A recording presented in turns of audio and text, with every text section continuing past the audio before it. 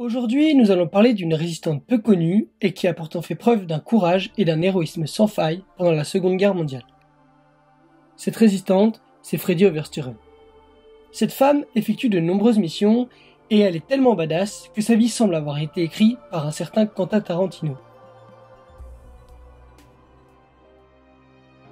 Elle est née le 6 septembre 1925 à Schoten aux Pays-Bas et très jeune, Freddie baigne déjà dans un contexte de résistance et d'héroïsme puisque sa mère cache des juifs dans leur appartement. Plus tard, dès 14 ans, aux côtés de sa sœur Truss, âgée alors de 16 ans, elle s'engage dans la résistance.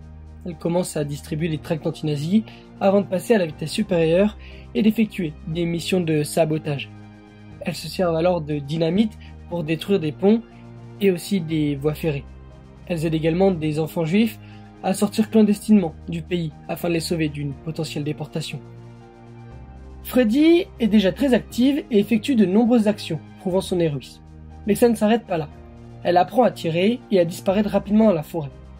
Freddie devient alors une vraie combattante de la liberté et va vraiment passer à la vitesse supérieure.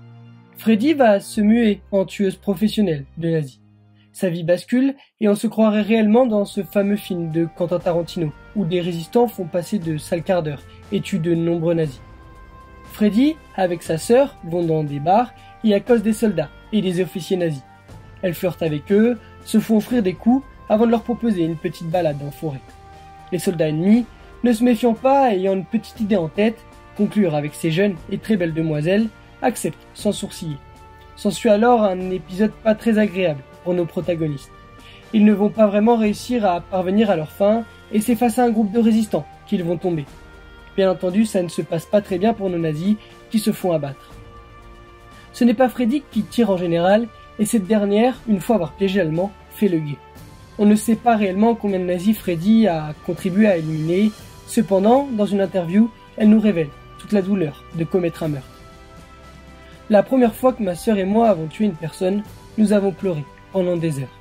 Nous avons senti que ce n'était pas un geste qui nous appartenait, mais il le fallait. C'était une violence nécessaire, tuer ceux qui trahissaient les autres pour de bon. Ces missions leur ont valu une récompense, celle de la Croix de guerre pour leur exploit de résistance durant l'occupation. Freddie, comme sa sœur, ont survécu à la guerre.